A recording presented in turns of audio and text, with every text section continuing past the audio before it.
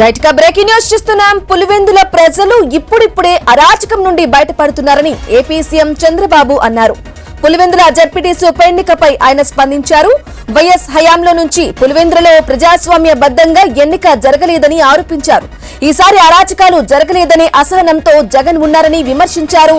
ఆయన వైఖరి ఎలాంటిదో ప్రజలకు తెలిసిందేనని చెప్పారు. ఇక నామినేషన్ వేసేందుకే భయపడే పరిస్థితి నుంచి 11 మంది పోటీ చేశారని గుర్తు చేశారు. 2 పోలింగ్ బూతుల్లో ఎప్పుడైనా రీపోలింగ్ జరిగిందా అని ప్రశ్నించారు. శాంతి భద్రతలు పటిష్టంగా ఉన్నాయి కనుకే ప్రజలు ధైర్యంగా ఓటేశారని చంద్రబాబు పేర్కొన్నారు.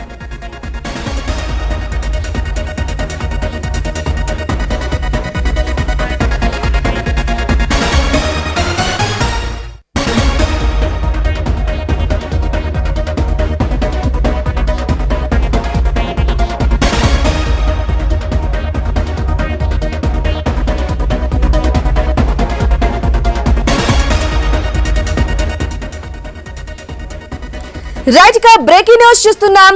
పులివెందుల ప్రజలు ఇప్పుడిప్పుడే అరాచకం నుండి బయటపడుతున్నారని ఏపీ సీఎం చంద్రబాబు అన్నారు. పులివెందుల జడ్పీటీసీ ఉప ఎన్నికపై ఆయన స్పందించారు. వైఎస్ హయాం నుంచి పులివెందులలో ప్రజాస్వామ్యబద్ధంగా ఎన్నిక జరగలేదని ఆరోపించారు. ఈసారి అరాచకాలు జరగలేదనే అసహనంతో జగన్ ఉన్నారని విమర్శించారు. ఆయన వైఖరి ఎలాంటిదో ప్రజలకు తెలిసిందేనని చెప్పారు. నామినేషన్ వేసేందుకే భయపడే పరిస్థితి నుంచి 11 మంది పోటీ చేశారని గుర్తు చేశారు. 2 పోలింగ్ బూతుల్లో ఎప్పుడైనా రీపోలింగ్ జరిగిందా అని ప్రశ్నించారు.